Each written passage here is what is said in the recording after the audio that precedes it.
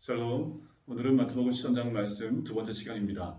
우리 1장부터 12장까지 장적을 빠르게 한번 복습해 볼까요? 1. 족탄, 2. 이로한 눈만 박사, 3. 세례 요한, 4. 시험, 5. 팔복, 6. 육을 위한 주기도문, 7. 황금칠, 황금률이지요. 8장과 9장은 10개의 이적입니다. 그리고 10장은 파송하는 장이지요. 파송설교입니다. 왜요? 전도문을 열어야 되니까요. 11장은요, 세례요한이 일일이 질문하는 장이지요. 12장은요, 시비 거는 장입니다. 언제요? 안식일날 논쟁이지요. 안식일날 시비 거는 장이고요. 13장은요, 열쇠가 필요하네요. 어디 들어가는데요? 천국 들어가는데 열쇠가 필요하죠. 13장은 천국 비유가 나옵니다. 이걸 부속사적으로 한 장 한 장을 연결해서 한번 풀어보면 이렇습니다. 1장은 왕의 족보가 나오지요. 이제 예수 그리스도를 믿음으로 왕의 족보에 올라간 모든 사람에게 2장에 가면 헤롯과 같은 사람들이 좀 등장을 합니다. 힘들게 하지요. 하지만 그들과 대응하는 것보다 3장에 가서 세례를 통해서 나는 죽고 예수로 사는 인생을 통해서 성령이 비둘기같이 임하는 그 모습을 통해서 그들을 대하게 되는 거지요.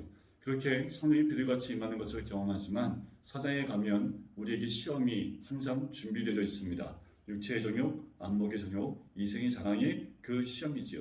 이 시험을 이겨내면, 말씀으로 예수님처럼 이겨내면 성령의 능력이 역사하여 사역하기 시작을 합니다.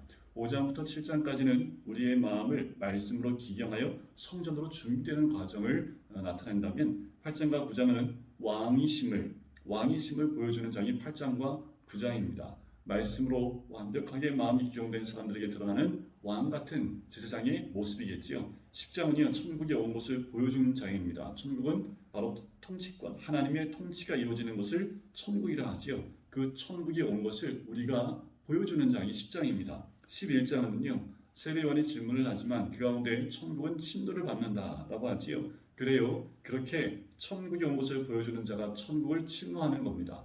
우리 삶 가운데 있는 모든 부분에 있는 천국을 침노하는 거지요. 12장에 가면 안식일의 축기와 치경을 통해서 하나님 나라가 임하게 해주는 것을 직접 보여주는 장이 12장입니다. 그 13장에 가면 7가지의 천국 비유가 나오는데 바로 이 현재를 천국으로 살아가는 7가지 비유입니다. 첫 번째가 뭐였던가요?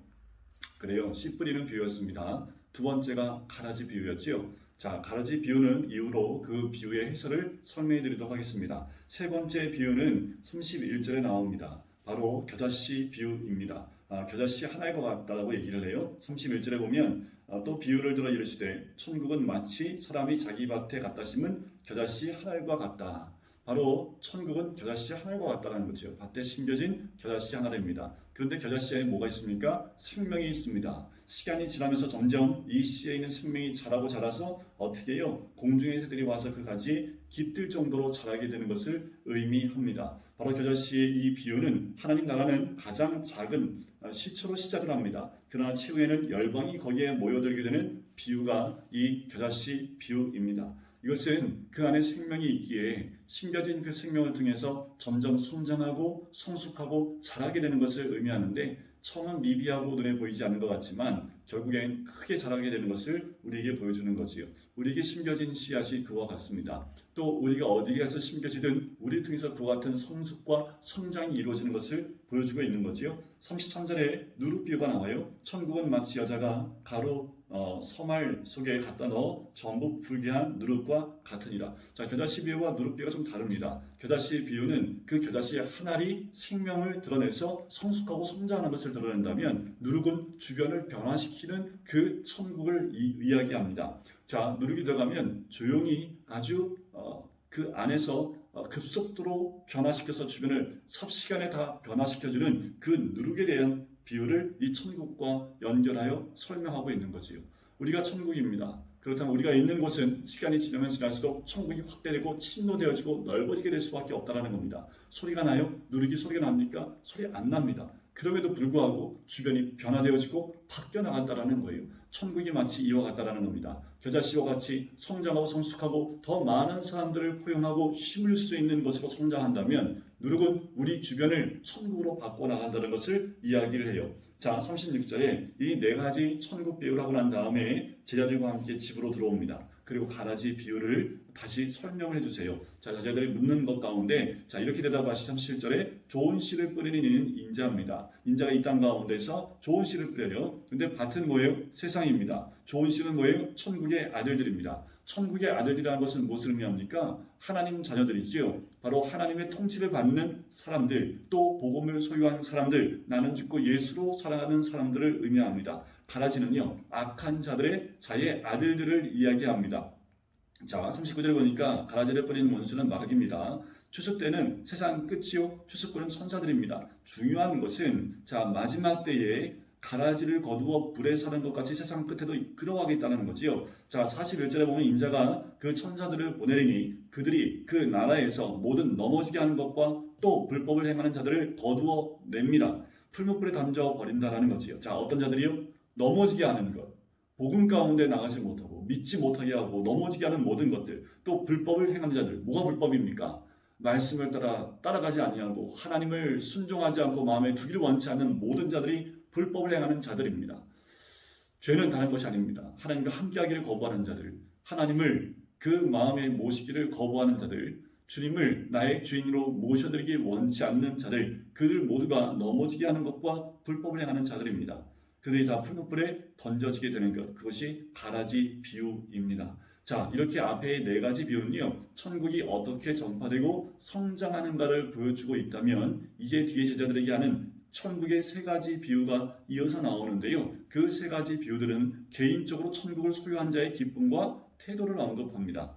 자, 앞에 네 가지 비유와 뒤에 세 가지 비유가 좀 다른 것을 볼 수 있습니다. 44절에 보면 천국은 마치 밭에 감추인 보화와 같다. 보화 비유를 해요. 자, 이런 것은 무엇을 의미하냐면 이렇게 보면 됩니다. 과거에 이때 당시에는 은행이 없었기 때문에 가을에서 내려오는 보물들이 있습니다. 이 보물들을 잃어버릴까봐 보통은 어디 잘 보관을 해두지요. 때로는 밭에 한 군데 자신만이 아는 곳에 숨겨놓습니다. 보통은 자녀들에게 그것을 알려주지만 사고로 인해서 죽을 경우에는 그 보물이 있는 곳을 알려줄 수가 없지요. 그렇게 시간이 흐르고 그 밭을 누군가 열심히 일하면서 기경을 하다 보면 그 보물을 발견할 수 있겠지요. 그 보물은 그 밭을 소유한 자의 것이 됩니다. 그 보물을 발견하게 되면 어떻게 됩니까? 자, 보물을 발견하고 숨겨두고 기뻐하여 돌아가서 자기의 소유를 갚아라 그 밭을 사는 거지. 그 밭이 내 소유가 되면 그 보물도 내 것이 됩니다. 자, 천국을 발견한 자는요, 어떤 자와 같아요? 자기의 모든 것을 다 팔아서 그 밭을 사 천국을 소유하는 자와 같다라는 겁니다. 자, 45절에 진주 구하는 장사의 비유도 마찬가지예요. 천국은 마치 좋은 진주를 구하는 장사와 같다라는 겁니다. 자, 진주 구하는 장사는 진주의 값어치를 알지요. 정말 좋은 진주를 발견하면 어떻게 해요? 자기의 모든 것을 다 팔아서요, 그 진주를 삽니다. 그 소유를 다 팔아 그 진주를 사요. 왜요? 진주의 값어치가 무엇인지 알기 때문에 그렇습니다. 여러분은 천국의 값어치를 아는 사람은 이 세상에 연연하지 않습니다. 다른 것에 마음을 빼앗기지 않아요. 그 천국의 값어치를 알기 때문에 천국을 소유하는 것에 나의 모든 것을 다 드린다라는 거지요. 47절에 천국은 마치 바다에 치고 각종 물고기를 모으는 그물과 같다라는 거지요. 그물 비유입니다. 자, 이것은 마지막 때의 비유와도 마찬가지입니다. 그물을 쳤는데 그물에 많은 물고기가 잡혀요. 자, 그 물고기들 안에 좋은 물고기도 있지만 원치 않는 물고기, 못된 것도 있습니다. 그래서 좋은 것은 그릇에 담고요, 못된 것은 내버리게 되는 거지요. 마지막 때에 천국은 이와 같다라는 겁니다. 어쩌면 이 그물은 교회가 아닐까라는 생각도 듭니다. 세상일 수도 있고요, 교회일 수도 있겠지요. 하나님 그 그물 안에는 좋은 것도 있지만 못된 것도 있습니다. 좋은 것은 담아서 어디요? 그릇에 담고요, 못된 것은 내버리게 되는 거지요. 세상 끝에도 이와 같아서 천사들이 와서 49절에 보니까 의인 중에서 악인을 갈라냅니다. 무엇이 의인입니까? 그래서 좋은 거지요. 좋은 것은 무엇을 의미합니까? 복음을 소유하고 하나님을 주인 삼고 복음 가운데, 말씀 가운데 살아가는 그 하나님의 자녀들을 좋은 것이다 라고 얘기하는 거지요. 못된 것은 뭐예요? 하나님을 거부하고 예수님을 구주로 모시고 있지 않은 모든 자들이 못된 것이 됩니다. 그것은 악인이지요. 뭐가 악인입니까? 악한 행동을 해서 악인입니까? 이 땅에 선과 악을 나누는 기준이 어디에 있습니까? 말씀에 있고 하나님께 있는 거지요. 하나님 편에 있는 자는 선한 자이고 하나님을 거부하고 미련한 자는 악인입니다. 자, 마지막 때는 이렇게 나눠지게 된다는 거지요. 이 땅의 천국입니다. 여러분, 우리가 살고 있는 것이 그물 안입니다. 이 그물 안에 있는 우리가 좋은 것이 돼야 되지 못된 것이 되면 안 돼요. 좋은 것과 못된 것을 나누는 것, 의인과 악인을 나누는 것이 뭐라고요? 복음 가운데 있습니다.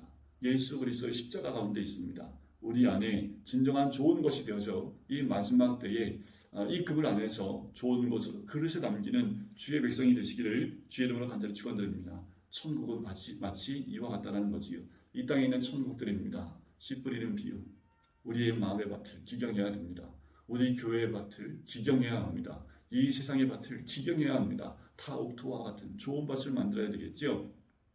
가라지가 되면 안 됩니다. 좋은 씨가 되어서요. 이 땅 가운데서 열매를 맺을 수 있는 좋은 씨가 되어야 되겠죠. 열매가 되어야 됩니다.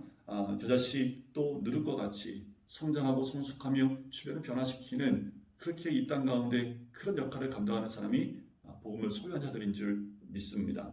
자, 이 모든 것을 깨달았느냐 했더니 51절 끝에 제자들이 그러하오이다 라고 대답을 합니다. 그때 예수님이 52절에 이렇게 얘기하시죠. 그러므로 천국의 제자된 서기관마다 천국의 제자된 자들은 누구를 의미합니까? 천국의 제자된 자들은 하나님의 구원 계시가 담긴 그 율법과 복음을 그 마음에 소유하고 있는 사람을 의미합니다. 자, 우리 모두가 천국의 제자된 서기관인 줄 믿습니다. 그런데 우리 모두가 새 것과 옛 것을 다 가지고 있어야 됩니다. 그리고 집 주인과 같이 내오는 자가 되어야 되는 것이요. 다른 사람에게 전파해야 함을 의미하는 겁니다. 우리 안에 새 것과 옛 것이 다 있어야 됩니다.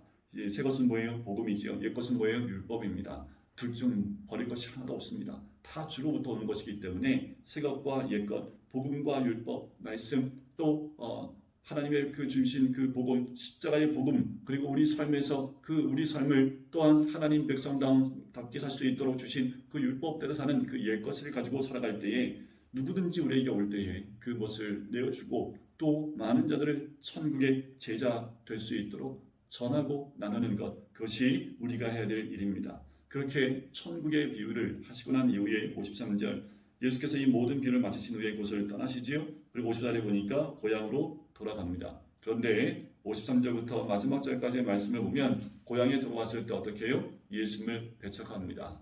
예수님을 배척하는 모습을 보게 돼요. 천국을 말씀하셨고 천국을 가지고 계셨고 천국을 나누고 계신데 고향에서는 예수님을 배척해요. 그러면서 예수님이 이런 말씀 57절 합니다. 선지자가 자기 고향과 자기 집 외에서는 존경을 받지 않음이 없느니라 라고 얘기를 하지요. 여러분들, 우리가 복음을 소유할 때 그 복음을 가장 전하기 어려운 곳이 어딥니까? 고향이지요. 가정입니다. 나를 너무 잘 알고 있는, 예수님을 너무 잘 알고 있는 고향에 있는 그 사람들은 예수님의 그 많은 말씀과 기적을 보고도 예수님을 너무도 잘 알고 있다는 것 때문에 배척합니다. 너 나를 알고 있는, 잘 알고 있는 것이 누굽니까? 가족들이지요. 그래서 내가 변화된 것도 인정하지 않는 것이 가족 아니겠습니까? 그렇게 우리가 복음 가운데, 천국 가운데 살고 있어도 그것을 인정하지 않는 사람들이 가장 가까운 사람들입니다. 그래서 집 외에는 존경을 받는다고 얘기를 하지요. 그리고 58절 마지막 절에 보면 그들이 믿지 않음으로 말미암아 거기서 많은 능력을 행하지 아니하시느니라 하고 13장이 마무리됩니다. 여러분, 우리가 천국을 소유해도요, 고향에서는 배척을 당할 수 있습니다.